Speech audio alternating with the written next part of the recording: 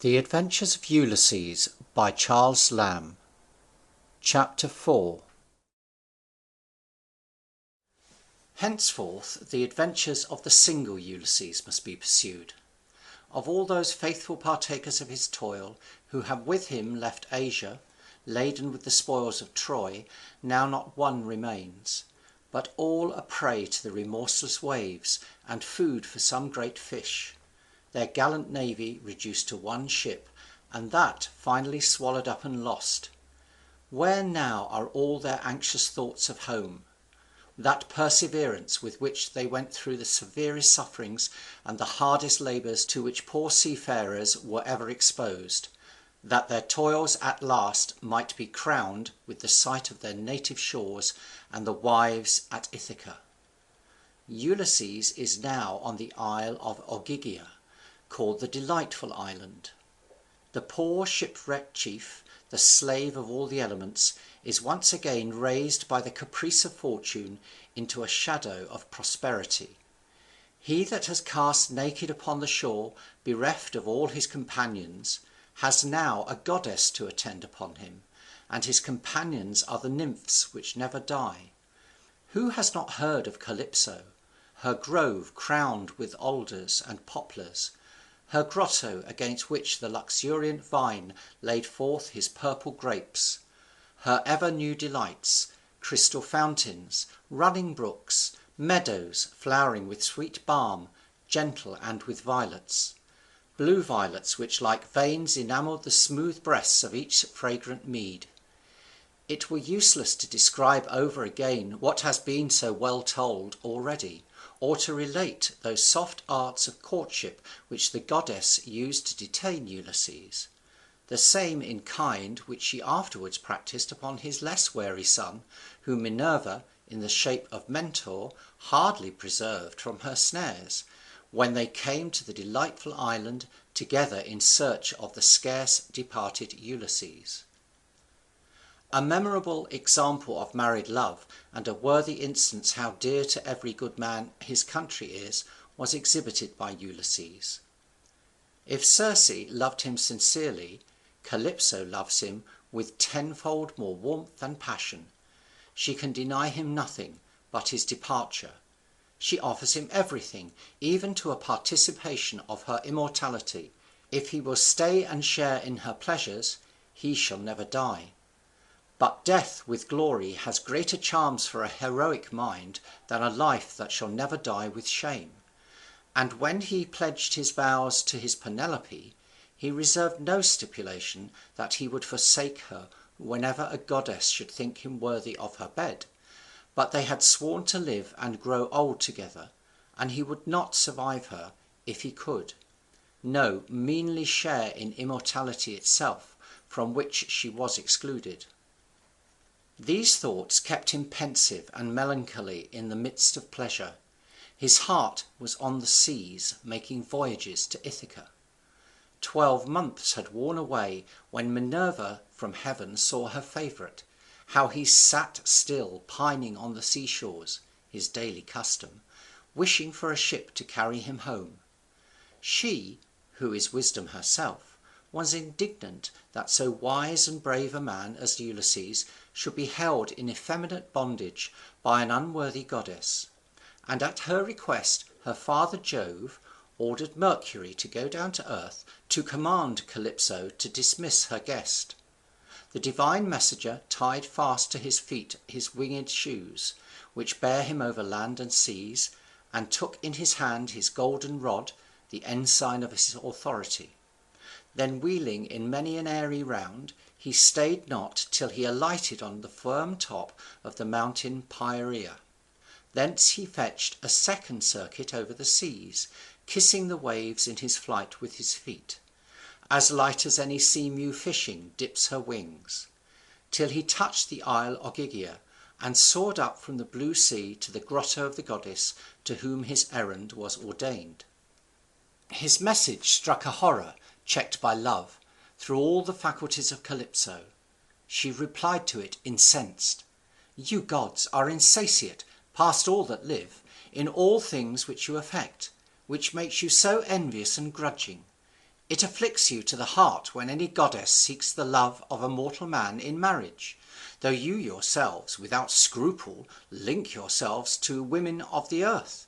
So it fared with you when the delicious fingered morning shared Orion's bed. You could never satisfy your hate and your jealousy till you had incensed the chastity-loving dame, Diana, who leads the precise life, to come upon him by stealth in Ortygia, and pierce him through with her arrows. And when rich-haired Ceres gave the reins to her affections, and took Iason, well worthy, to her arms, the secret was not so cunningly kept but Jove had soon notice of it, and the poor mortal paid for his felicity with death, struck through with lightnings.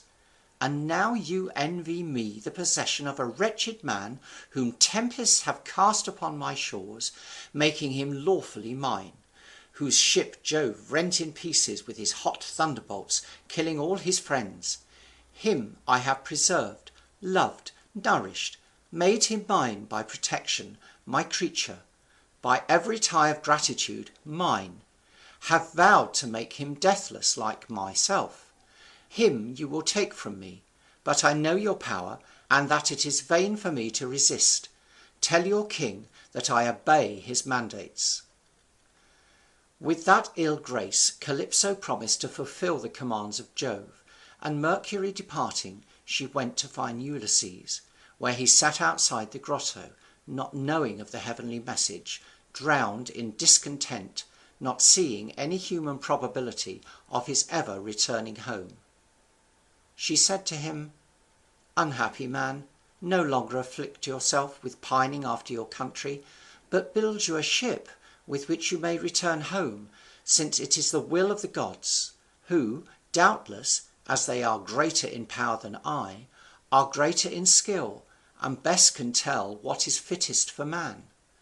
But I call the gods and my inward conscience to witness that I have no thought but what stood with thy safety, nor would have done or counselled anything against thy good. I persuaded thee to nothing which I should not have followed myself in an extremity, for my mind is innocent and simple. Oh, if thou knewest what dreadful sufferings thou must yet endure before ever thou reachest thy native land, thou wouldest not esteem so hardly of a goddess's offer to share her immortality with thee, nor, for a few years of enjoyment of a perishing Penelope, refuse an imperishable and never-dying life with Calypso." He replied, "Ever-honoured great Calypso, let it not displease thee that I, a mortal man, desire to see and converse again with a wife that is mortal. Human objects are best fitted to human infirmities. I well know how far in wisdom, in feature, in stature, proportion, beauty, in all the gifts of the mind, thou exceedest my Penelope. She is a mortal, and subject to decay; thou immortal, ever growing, yet never old. Yet in her sight all my desires terminate, all my wishes, in the sight of her, and of my country earth. If any god, envious of my return, shall lay his dreadful hand upon me as I pass the seas, I submit. For the same powers have given me a mind not to sink under oppression. In wars and waves my sufferings have not been small."